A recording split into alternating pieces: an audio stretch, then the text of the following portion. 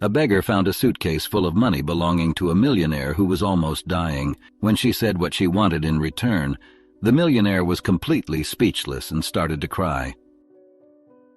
Nadia found herself in the busiest corner of the city, her hand outstretched, her eyes pleading for a bit of compassion. "Any help, please, I need something to eat," she begged. However, most people passed by without looking, their faces buried in their cell phones or lost in distant thoughts. She felt the invisibility like a heavy cloak, a constant reminder of her desolate situation. Still, she had compassion for those who ignored her, knowing they were distracted or unable to help, but compassion did not nourish her hungry body. Disheartened, she prepared to find a place to spend the night when her eyes caught something unusual, an expensive leather suitcase, abandoned near a trash can. Hesitant, Nadia approached, looking around to see if anyone was coming to retrieve it. No one appeared. Curiosity won out, and she opened the suitcase. Inside, she saw bundles of money that could very well be a fortune, enough to feed her for life, even to get a warm place to live, warming her on cold nights. Her mind whirled. "Is this a test?" she murmured to herself, feeling the weight of the choice in her trembling hands, both from fear and hunger. The decision still hammered in her head, but she knew that despite the hunger, the right thing to do was to return the money. She was ready to start looking for the owner when the sound of hurried footsteps approached. A middle-aged man dressed in an impeccable suit but with a face marked by anxiety appeared. "Have you seen a suitcase?" He looked desperately around until his eyes landed on Nadia and the suitcase at her feet. His face went from relieved to suspicious in an instant. "Is this suitcase yours?" he asked, trying to hide the panic in his voice. Nadia felt an overwhelming honesty rise in her throat. "Your suitcase is here. I found it. It was abandoned. I didn't know who to return it to," she explained, handing back the suitcase. The man who introduced himself as Ulysses quickly inspected the contents and sighed with relief. "It's all mine. I was here for a transaction. By the way, my name is Ulysses," he said, observing Nadia, his eyes evaluating more than her worn appearance. "You could have walked away with it. Why didn't you?" Nadia's words were simple but sincere.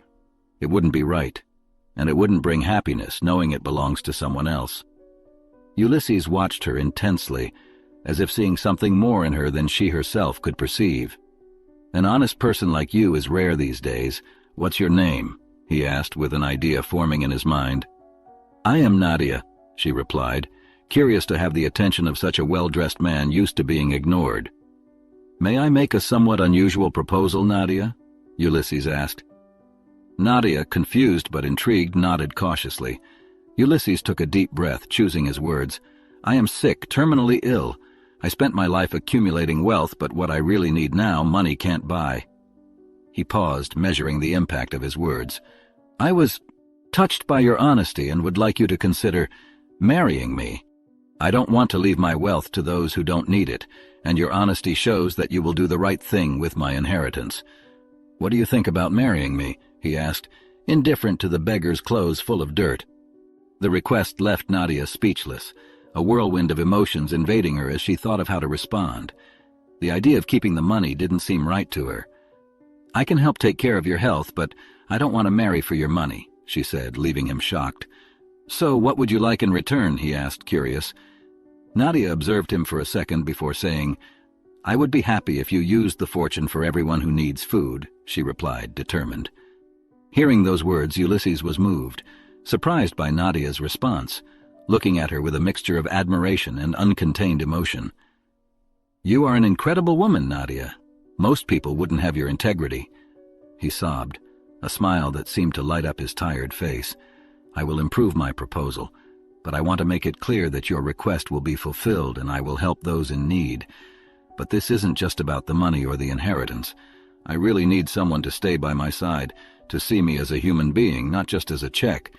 To me, you were the only one who didn't seem to care about the money," he said. Nadia, touched by Ulysses's sincerity, reconsidered her initial decision. The possibility of helping someone, even someone so different from her, touched her heart. "Maybe I was quick to judge. If your intention is genuine, I can consider your proposal, Ulysses, but I need to know more about you, about your illness." Ulysses nodded with understanding, grateful that she was willing to listen. Walking slowly beside Nadia, Ulysses began to share his story. He spoke of his youth, of how he built his empire, but also of how the illness had changed him. I was diagnosed with leukemia 2 years ago. Since then, my life has become a series of hospitals and treatments. Nadia listened attentively, her heart tightened by the sadness in Ulysses's words. I haven't found a compatible donor yet. I will hardly find one. I have at most another month to live, Ulysses continued, his voice choked with emotion. Nadia felt stunned, her heart broken by the man's words. She lamented his situation, wishing he could find a cure. And without a bone marrow transplant, the doctors can't help me anymore. Hearing this, Nadia felt a weight on her chest.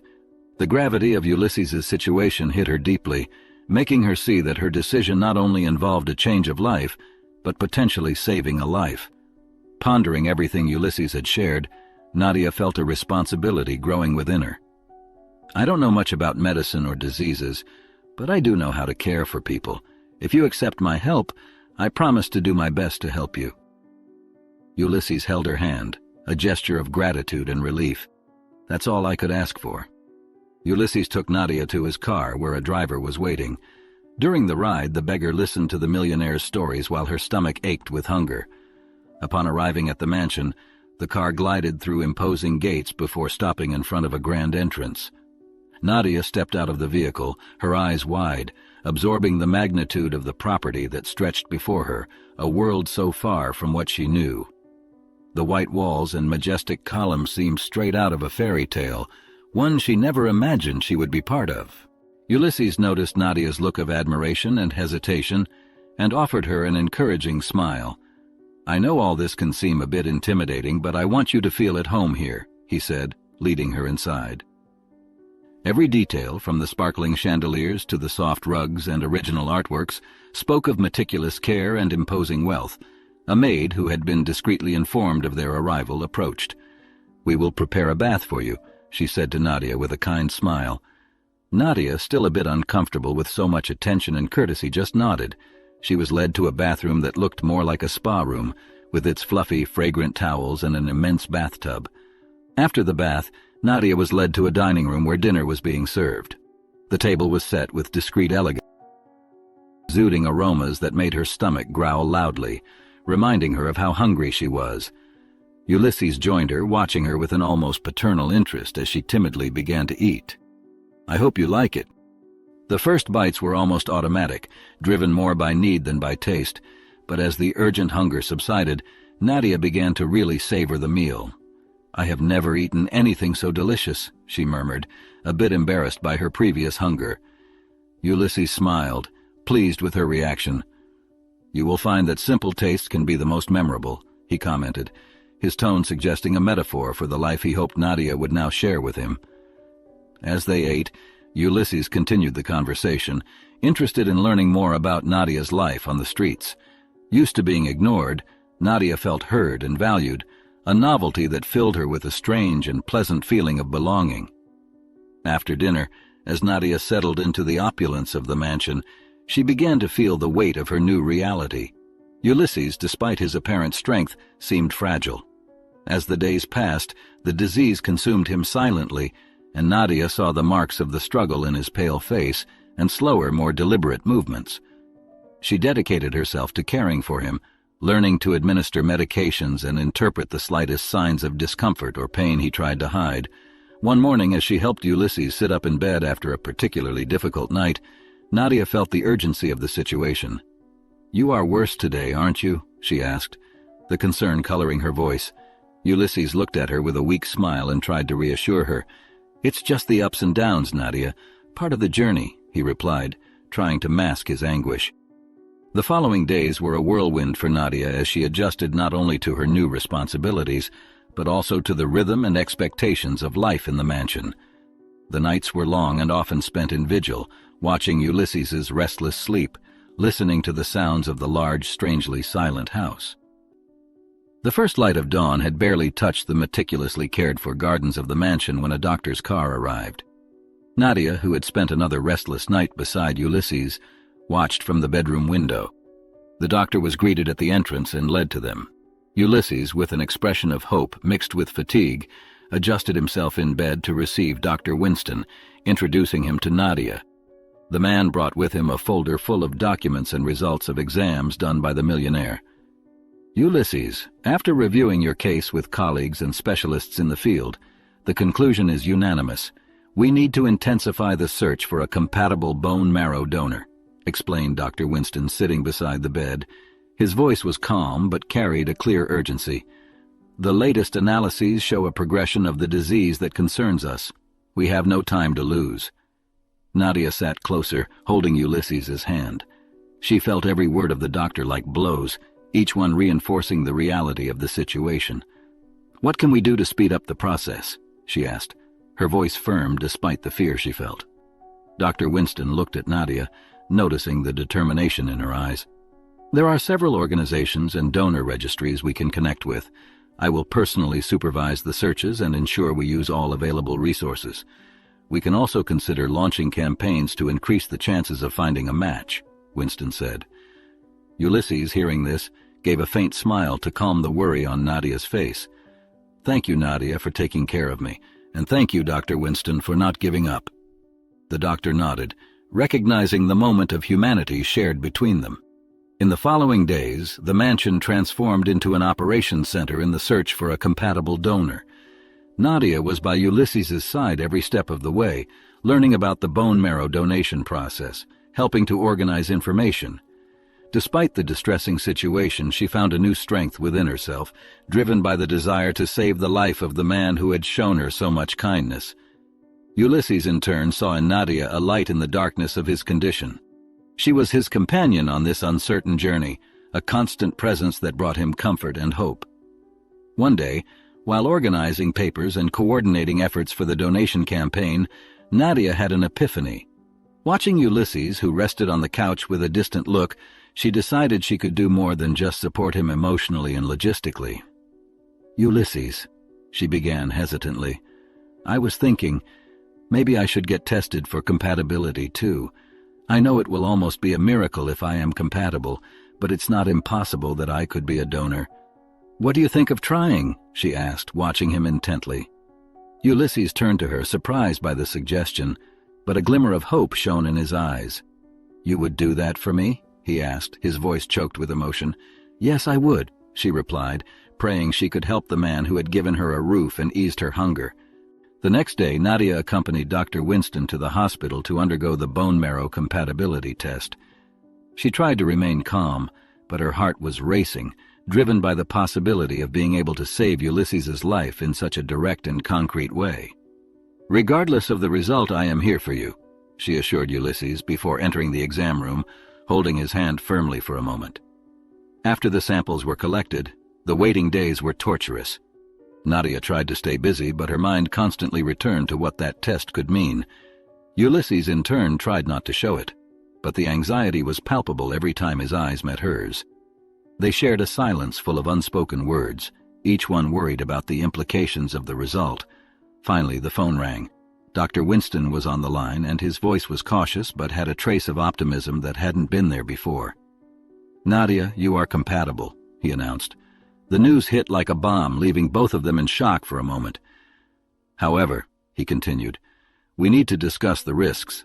The operation, though safe, can be risky for both, and there are several medical considerations we need to review before making any decisions."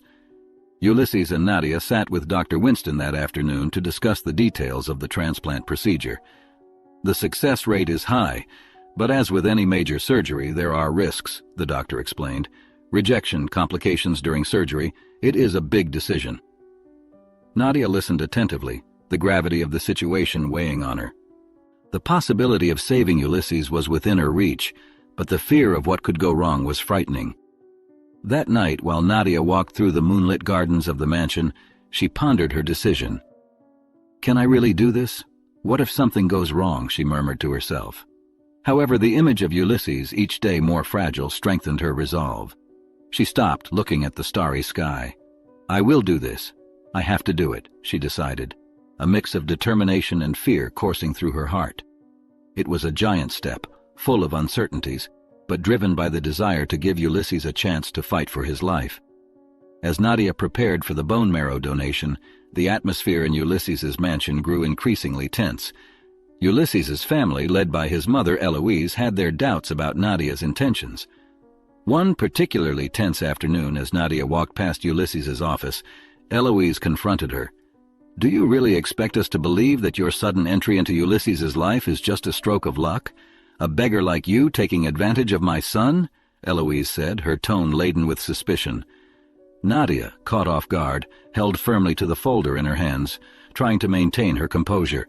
"I understand your concerns, but I'm here because I care about Ulysses," she replied, her gaze steady meeting Eloise's. The family matriarch raised an eyebrow, clearly unconvinced, before retreating with a murmur about true intentions. Minutes later, while Nadia reviewed the papers she had separated for the surgery, she found an email on the table suggesting that Ulysses knew about their compatibility before they even met, as if everything he did was intentional. Nadia's heart raced as she read the words, each line increasing her sense of betrayal. "How is this possible?" she murmured to herself, doubt gnawing at the trust she had in Ulysses. Determined to get answers, Nadia confronted Ulysses later that day. She found him in the garden, looking out at the horizon with a thoughtful air. "Ulysses, I need you to be honest with me," she began, her voice trembling. "I found something today that disturbed me. A document suggesting that you knew we were compatible even before we met. Is this true? Did you know I was compatible and left that suitcase to test me?" she asked, her voice shaky. Ulysses looked at Nadia, surprised and confused. "What are you talking about, Nadia? That doesn't make sense," he argued. Nadia handed the document to Ulysses, watching as he read it. The expression of surprise gave way to concern. "I swear, Nadia, I didn't know this. This must be a mistake, or worse, a manipulation," he said, his voice heavy with sincerity. Nadia's confusion grew. She wanted to believe him, but the document was disturbingly convincing. Who would benefit from such a lie? Nadia questioned aloud, more to herself than to Ulysses. The silence that followed was heavy, both lost in their thoughts. Ulysses finally broke the silence. "I don't know, Nadia, but we will find out. I won't let anything or anyone divide us. I would not lie to you. I will always tell the truth," he promised, reaching for her hand. Ulysses's determination comforted Nadia, but the seed of doubt had already been planted. As night fell over the mansion, Nadia pondered the complexity of the situation she found herself in. Ulysses's promise of loyalty was a small comfort against the vast shadow of uncertainty that now hung over her future. The challenge they faced together had just become even more complicated, and Nadia knew the next few days would be crucial in defining the course of their lives. The next day, Nadia ran her fingers through the documents scattered on Ulysses's desk, her mind whirling with doubts. Every word in the printed email echoed in her head, suggesting a premeditation she refused to believe. However, in her heart, the kindness that characterized Nadia did not allow her to turn her back on Ulysses, especially now when he needed her most. She decided that the best way to deal with the situation would be to speak directly with the people closest to Ulysses, starting with his medical team and household staff. Someone must know something about this document, someone who saw something that can explain, Nadia thought as she approached those who cared for Ulysses daily, just as she did. "Have you noticed anything unusual in the past few days? Anyone entering Ulysses's office or tampering with his papers?" Nadia asked, but everyone denied it. No one different had entered the mansion besides Ulysses's mother. Nadia knew that confronting Eloise directly could lead to more conflicts, something Ulysses did not need at the moment, so she decided to keep her suspicions to herself while continuing to observe discreetly. She did not want to think that Ulysses's mother would be capable of such a thing, of driving her away despite her son needing the bone marrow donation. In the afternoon, the situation took an urgent turn when Ulysses suffered a severe relapse. Nadia was in the garden trying to clear her mind when she heard cries for help. Running inside, she found Ulysses pale and faint. As the medical team rushed to stabilize him, the weight of reality fell upon her. The window for the bone marrow donation was closing quickly. In the hospital, with Ulysses unconscious and the life support machine humming in the background, Nadia held his hand, the doubts about the email still swirling in her mind. However, looking at Ulysses's peaceful face, she made her decision. No matter what that document says, I know who you are, Ulysses, and I am here for you, she whispered, more determined than ever. Nadia prepared for the donation procedure the next morning, following Dr. Winston's instructions. With Ulysses fighting for his life, she was determined to fight alongside him, trusting in the love and truth they had built together. Nadia's commitment to helping Ulysses, despite the uncertainties, reaffirmed her essence of kindness and courage, pillars that supported her decision in the face of adversity. As promised, the next day, Nadia entered the operating room with a calm determination despite the nerves she felt. The medical team received her efficiently, preparing her for the procedure. The bright lights on the ceiling reflected off the surgical instruments, and the sound of Dr. Winston's equipment hummed in the background, creating an environment that could seem intimidating to many. But for Nadia, it was the battlefield where she would fight for Ulysses's life. "Are you ready?" asked Dr. Winston, offering a reassuring smile as he briefly held her hand before beginning. "I am," Nadia replied, her heart pounding, but her voice was firm. "I am ready to do everything to help Ulysses," she said as the team began the marrow collection process. Nadia focused her thoughts on Ulysses, imagining him recovered and healthy, which helped keep her anxiety at bay until the general anesthesia took effect and her eyes grew heavy and everything went black. Dr. Winston started the operation as he frequently did. However, the operation took an unexpected turn. During the procedure, the monitor recording Nadia's vital signs began to emit alerts. "We are seeing a drop in blood pressure," announced one of the nurses, her voice calm, contrasting with the urgency of the situation. Dr. Winston and his team worked quickly, adjusting the equipment and administering medications to stabilize her. "Nadia, stay with me," Dr. Winston implored, his eyes on the patient, attentive to her responses to the medications and every change in the health of the kind young woman who was willing to make the donation to help a friend. As the medical team worked to control the complication, the weight of Nadia's decision became more real than ever. Dr. Winston had informed her of the risks, but at that moment seeing her in danger took on a new meaning. It was not just a fight for Ulysses's life, but also a testament to the depth of her friendship with the patient on the operating table. Dr. Winston would do everything he could to keep them both alive. As the operation continued, Nadia's mind remained unconscious from the anesthesia. Hours later, when she woke up, the nurse announced that the collection had been successful despite the setbacks. A wave of relief washed over her, even though her own state was still fragile. "We did what was necessary, Nadia. We will take care of you now," said Dr. Winston as she slowly closed her eyes, her mission accomplished, but her future with Ulysses still hanging in the balance of uncertainty. Still groggy from the anesthesia, she tried to orient herself, feeling a mix of relief and anxiety. "How is Ulysses?" she asked, seeing the concern in the doctor's eyes. "He is stable, but not out of danger yet," Dr. Winston replied, keeping his voice calm and professional. "The operation was a success, but now we need to monitor how he responds to the transplant in the coming hours. It is a critical period." Nadia nodded, grateful for the honesty, but her heart tightened at the thought of Ulysses fighting for his life while she was unconscious. When night fell, Ulysses's condition deteriorated rapidly.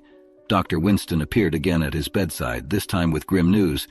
"Nadia, I am sorry to inform you, but Ulysses has slipped into a coma. The doctors are doing everything they can, but the situation is very serious," he explained, his voice heavy with sorrow. Nadia's world crumbled with those words. The silence of the room seemed to engulf her. "Can I see him?" she asked, barely able to contain her emotion. With the doctor's permission, Nadia walked slowly to the ICU where Ulysses lay. Seeing him there, so pale and still, connected to tubes and machines, a wave of despair washed over her. Sitting beside his bed, she took his cold hand. "Ulysses, please fight," she whispered, tears streaming down her face. "I need you. We still have so many plans." The hours dragged on as Nadia stayed by Ulysses's side, each beat of the heart monitor a cruel reminder of the fragility of the situation. She talked to him, telling him about the days they spent together, about her hopes and fears, trying somehow to reach him through the darkness that had consumed him. As the early morning advanced, Dr. Winston returned with a grave expression. "Nadia, we need to be prepared for any outcome. The next hour will be crucial in determining if he can recover," he said, placing a comforting hand on her shoulder. Nadia nodded, understanding, but refused to leave Ulysses's side, holding his hand and praying for a miracle. The uncertainty of dawn hung over her, a torturous mix of hope and fear, as she waited for Ulysses's fate. Nadia felt the weight of isolation as she remained in the hospital waiting room, the suspicious glances and whispered conversations of Ulysses's family only accentuating her loneliness. They avoided her, grouping together in whispers that abruptly ceased whenever she approached. The cold air of distrust and the distance from those she hoped for support made the situation seem even more desolate. "They think I am an opportunist," Nadia thought, shrinking in her chair as a lump formed in her throat. In those long, silent corridors, Nadia walked like a shadow, each step echoing her growing anguish. Without Ulysses to talk to, without the comfort of a friendly hand, she felt as if every look cast in her direction carried a veiled accusation. "I just wanted to help," she murmured to herself, trying to push away the guilt that began to consume her. On a particularly difficult afternoon, while watching the rain beat against the hospital window, Dr. Winston approached with a concerned expression. "Nadia, may I speak with you for a moment?" he said, guiding her to a more private corner. "There are rumors circulating, rumors that if Ulysses does not survive, the responsibility might fall on you legally, considering that the donation was your initiative. The family is very upset and says you did this to claim the inheritance," explained the doctor, his voice low and tinged with sympathy. Dr. Winston's words hit Nadia like a blow. The possibility of facing legal repercussions had never crossed her mind when she offered to donate. "But I just did what he needed, what we decided together," Nadia replied, the uncertainty marking each word. "I know things can get complicated with his family. They are looking for someone to blame," said Winston, gently squeezing Nadia's shoulder before walking away. Alone again, Nadia felt the despair grow. The idea of being held responsible for the worst-case scenario was terrifying. "What am I going to do now?" she questioned herself, feeling completely helpless. She knew she should talk to a lawyer, seek some legal support, but she had no money, and her mind was too clouded with concern for her friend's recovery to think clearly. Returning to Ulysses's side, she held his hand, watching his serene face and wishing he could wake up and dispel all this darkness with just a smile. "Please, Ulysses, come back to me," she whispered, a tear rolling down her face. "Don't leave me here alone." The night fell, and with it, Nadia felt increasingly lost, clinging to the hope of a miracle that seemed more and more distant. "My God, please save Ulysses. He is a great friend. Give me the chance to see him well," she prayed. At dawn, a subtle but significant change occurred. The monitors beside Ulysses's bed began to show signs of improvement, the beeps becoming more regular, indicating that Ulysses's heart was gaining strength. The nurse monitoring the vital signs called Dr. Winston, who, after examining Ulysses, confirmed the unexpected. "Nadia, Ulysses is showing signs of recovery," he said with a slight smile of hope. Dr. Winston's words brought immense relief to Nadia, and she felt a new wave of strength flow through her. Rejuvenated by the news, Nadia sat by Ulysses's side, holding his hand more firmly. She talked to him, encouraging him to keep fighting. "You are making it, Ulysses. Keep fighting," she whispered, each word imbued with faith and love. As the day progressed, Ulysses began to show even more signs of improvement, his eyes flickering under his eyelids as if struggling to wake up from the long-induced sleep. However, the momentary peace was interrupted by the unexpected arrival of Ulysses's family lawyer. The man, with a rigid posture and severe expression, asked to speak with Nadia privately. In a reserved room, he presented Nadia with a document. "I am here to inform you that the family is considering legal action against you," he declared, his words sharp as ice. "They believe you unduly influenced Ulysses to proceed with the donation, something they claim contributed to the deterioration of his condition." Nadia listened, stunned to the lawyer's accusations. "But that is not true," she protested, her voice trembling with indignation. "All I did was try to help. Ulysses wanted this." The lawyer, however, maintained his impassive expression. "Intentions can be interpreted in many ways, especially when there is a large inheritance at stake," he replied, making it clear that the family's suspicions were more deeply rooted than Nadia had imagined. Disoriented by the legal threat and the distrust of Ulysses's family, Nadia returned to the hospital room, feeling more isolated than ever. Yet the sight of Ulysses, clearly fighting to regain consciousness, reinforced her determination. "I know the truth, Ulysses, and when you wake up, I will be at peace knowing that your life was saved," she murmured, stroking his hand. As the sun set, Nadia remained by Ulysses's side, engulfed in her thoughts and worries. The possibility of facing a lawsuit seemed like a mountain before her, but her priority remained clear: to be by Ulysses's side, no matter the adversities. As the night advanced in the hospital, a soft whisper of hope lingered in the air. Ulysses's vital signs continued to improve, and miraculously, he began to wake from the coma. The first moments of consciousness were confused, his eyes blinking slowly as he tried to understand his surroundings. Nadia, by his side, held his hand, her expression filled with relief and expectation. "Ulysses, you are waking up.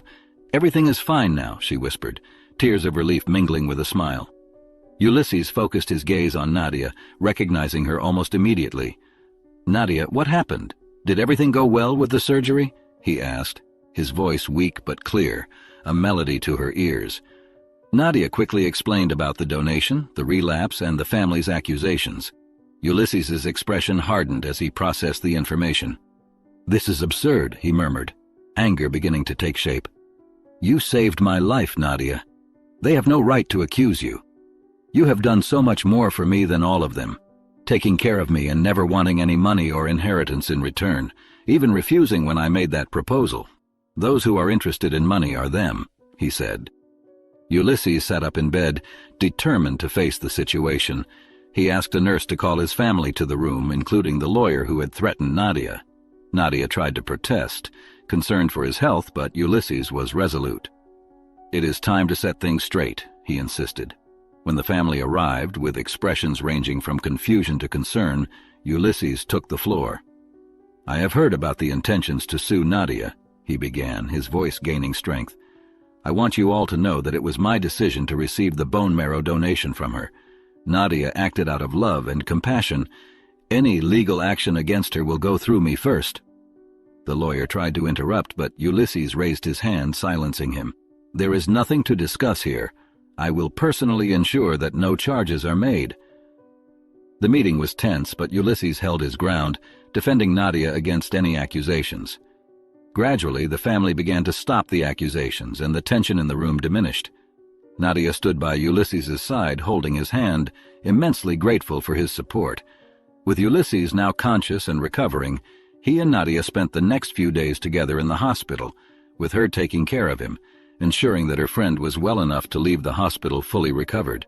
They both made plans for when he was better, in a gesture of great friendship. After a few days, Ulysses was discharged from the hospital, leaving his illness behind. During the drive to the mansion, they reminisced about the tumultuous period in the hospital. Ulysses looked out the window, absorbing the familiar view with a new appreciation for life. Nadia, sitting beside him, watched him with a mix of relief and satisfaction, seeing her friend recovered. He would continue the treatment, but now he was out of any danger. "I am so grateful to have you by my side through all this, Nadia," said Ulysses, breaking the comfortable silence that had settled between them. "I do not know what I would have done without your strength and friendship." Nadia smiled, gently squeezing his hand. "We are in this together, Ulysses, and now we will face whatever comes next." As they approached the mansion, anxiety began to set in. Ulysses knew the situation with his mother and the lawyer might have evolved during his absence. Nadia felt this tension and prepared to support Ulysses, regardless of the circumstances. Upon their arrival, they were not met with the warm welcome of a home, but by the imposing presence of Eloise and the lawyer in the living room. Eloise was seated, her expression serious, while the lawyer held a bundle of papers. "Ulysses, we need to talk about some important things now that you are back," she said, standing to greet her son. Ulysses exchanged a look with Nadia, taking a deep breath before facing his mother. "Mom, I hope we can resolve any issues without further conflicts. Nadia is my friend and has been essential to my recovery," he declared firmly. Eloise sighed, exchanging a look with the lawyer, who then explained, "Ulysses, we understand your position, but it's important to consider all aspects of your inheritance, especially now. Your mother wants to ensure that the family's assets are protected, and for that reason she wants to create a new will," said the lawyer, concerned with the legal matters. Ulysses felt a pang of frustration but remained calm. I am still alive, and according to the doctors, I am recovering well. Any situation that excludes Nadia or questions her role in my life will not be accepted. I cannot find the words to thank her for everything she has done for me. If it were not for her, I would not be alive, he stated, taking Nadia's hand again. Eloise looked displeased and ready to argue. Eloise pressed her lips together, clearly unhappy with Ulysses's firmness. She stood up and walked to the window, where she spent a few seconds admiring the property without softening her hardened expression. Ulysses, you need to understand that all these decisions about the inheritance are for your own good and the future of our family, she began, her voice restrained but the tension palpable. However, Ulysses was not swayed. Mom, it seems you are more concerned about the money than my health, he responded, his disappointment clear. Nadia helped me when I needed it the most, and all you seem capable of thinking about is how to protect the money, he said, feeling the pain of his mother's rejection in favor of money. Eloise turned sharply, her eyes sparking with a mix of anger and disbelief. Ulysses, I am trying to ensure that our wealth is protected from opportunists. We cannot simply ignore the fact that large sums of money attract all kinds of interest, and your friend may not be an exception. Don't forget where this woman came from, she retorted, her voice rising slightly. Nadia never asked for anything in return for her help, Mom. She refused the inheritance when I initially offered it. How can you call her an opportunist? Ulysses argued, clearly frustrated with his mother's stance. Nadia, for her part, remained by Ulysses's side, her presence a silent support to him, even though Eloise's words hurt her. I think this is not the best time to discuss this. He just got out of the hospital, Nadia argued, worried about her friend. However, Ulysses dismissed her concerns, looking at Eloise with an expression that alternated between pain and resignation. Even now, only she seems concerned about my health. You only visited me in the hospital to bring a lawyer. Nadia stayed by my side every day. I see your intentions, Mom. I see that in the end what really matters to you is the money. If I am improving, it's thanks to Nadia, not to the concern you claim to have. I wish it were different. I wish I had a mother who cared. Ulysses continued, each word laden with emotion. If to have my mother's love, I had to renounce and lose genuine people like Nadia, I would rather not have a will. To me, actions speak louder than words, and kind people like her deserve all the recognition and money, he continued. Eloise flinched as if Ulysses's words were a physical blow. You are being naive, Ulysses. Do you think people like Nadia don't have ulterior motives? Everyone has a price, she fired back, the mask of concern falling away to reveal her true focus. The silence that followed was heavy, laden with unspoken words and painful truths. Ulysses looked at Nadia, seeking comfort in her presence. No matter what happens, Nadia is my friend and will remain so until my last day. I will not let manipulations and greed dictate the terms of our friendship or my life, he asserted, determined. If you love me, Mom, as you say you do, let go of the will just like Nadia did, said Ulysses, resolute. However, to Nadia's surprise, the woman shook her head.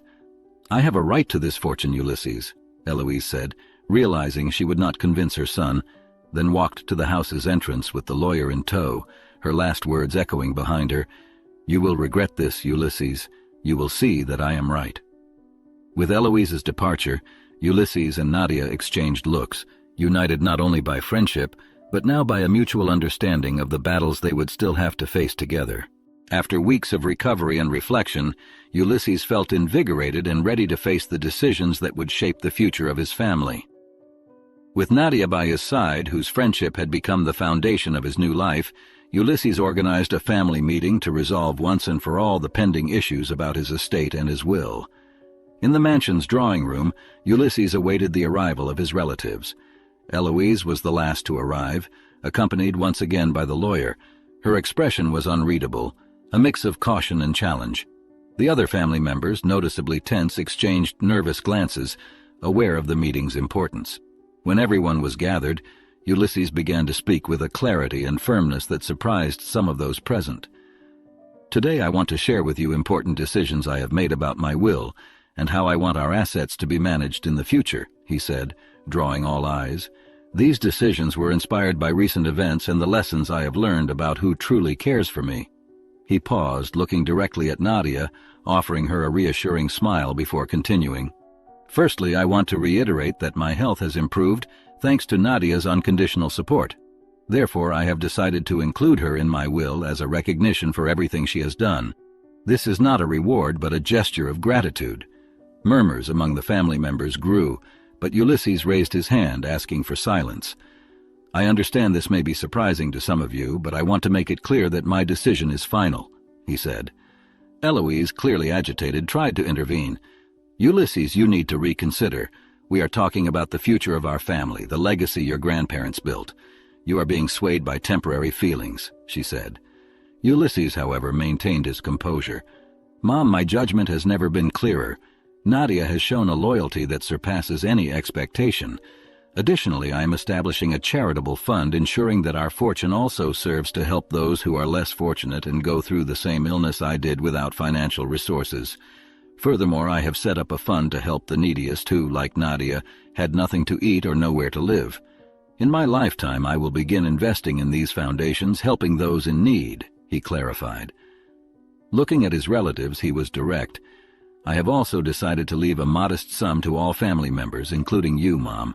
However, I want to make it clear that when it comes to family, money is the least important thing," he concluded. Ulysses's decision was met with a mix of reactions, from silent approval from some to grumbling discontent from others, especially from Eloise, whose plans were clearly thwarted, as she had made it clear she wanted all the money for herself. As the meeting ended, a climate of uncertainty hung over the family. As everyone present dispersed, Nadia approached Ulysses, emotional and grateful. "You didn't have to do this, Ulysses," she said, touched by his generosity and recognition. "I don't care about the money," she clarified. "I know," replied Ulysses, holding her hand, "but it is the right thing to do, and in some way I believe that by leaving money to some charitable institutions, I will be making a huge difference in the world." Both shared a look of complicity and hope, aware of future challenges but confident in the strength of the friendship that united them. In the following months, Ulysses and Nadia worked tirelessly, not only to solidify the new direction of Ulysses's inheritance, but also to strengthen his own recovery and the foundation they started together. The foundation became a center of hope and generosity for the neediest, serving as a shelter and refuge for those in need. Additionally, Ulysses opened a charitable hospital for free treatment of the illness that had previously debilitated him. Ulysses, now fully recovered, felt more alive than ever. Each day was a testament to his new vision of life, a life not defined by bank account balances, but by the positive impact it could have on others.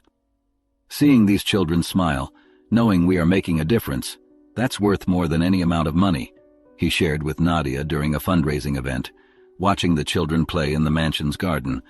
Nadia, with Ulysses's help, had the opportunity to study and prepare herself, finding a new passion in managing the foundation's projects. The education she received, focused on managing nonprofit entities and social responsibility, provided her with the skills and knowledge necessary to lead effectively. She was at the center of all activities, ensuring that every donated dollar was used in the most effective way possible, always seeking to positively impact as many lives as possible.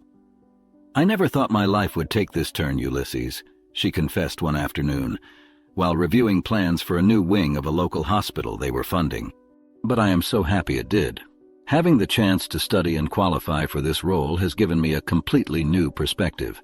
For someone who grew up on the streets, studying is something I always dreamed of, so I grabbed the opportunity with all my strength, especially knowing that studying would lead me to help those who went through the same as me. I feel like we are really doing something good here," she said. Nadia's transformation from a survivor on the streets to a leader of a large foundation became inspiring and remarkable. Ulysses watched with admiration as she led meetings, articulated with partners, and navigated the challenges of philanthropy with competence. "You are amazing, Nadia. Seeing where you started and where you are now and knowing that part of it was due to your own strength and determination, that's truly inspiring," Ulysses expressed during a walk through the foundation's renovated gardens, which also served as a recovery space for the foundation's beneficiaries. She laughed modestly. "I had the best support possible. I wouldn't have made it without you, Ulysses. This foundation, our work, all of this is proof of what we can do when we believe in people and give them the tools to change their own lives," she said. Together they continued to lead the foundation, expanding its reach and deepening its impact. always guided by the principle of helping those in need and making a difference in the world, one life at a time. Their relationship, strengthened by trials and tribulations, evolved into a dynamic partnership and a deep bond of friendship and respect. Ulysses often expressed his gratitude to Nadia, not only for saving him physically, but for being responsible for the change in his life. "You showed me what really matters, Nadia, and I hope that in some way I have done the same for you," he said during a quiet walk through the mansion's renovated gardens. 3 years passed, and the impact of their actions began to manifest. The stories of individuals and families who had been helped by the foundation spread, bringing even more support and recognition for the work they were doing.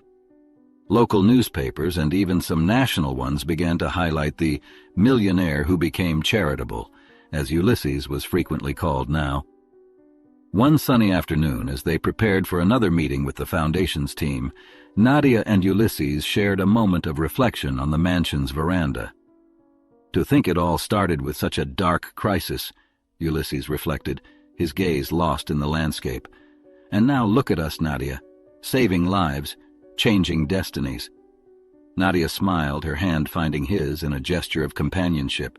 "It's true, Ulysses, and to think that all this started with a gesture of kindness, a decision to do what was right, not what was easy. I am so grateful to be on this journey with you," she said. Their friendship was a reminder that even after the darkest nights, the dawn always brings light. There is always hope, a chance, a better place, or a way to make a difference and bring light into the lives of others. And for Ulysses and Nadia, that light never seemed so bright. If you enjoyed this story, we invite you to like this video and subscribe to our channel. Your support motivates us to continue bringing exciting stories almost every day. Don't miss the next surprising narrative that is about to appear on your screen. We are immensely grateful to have you here with us.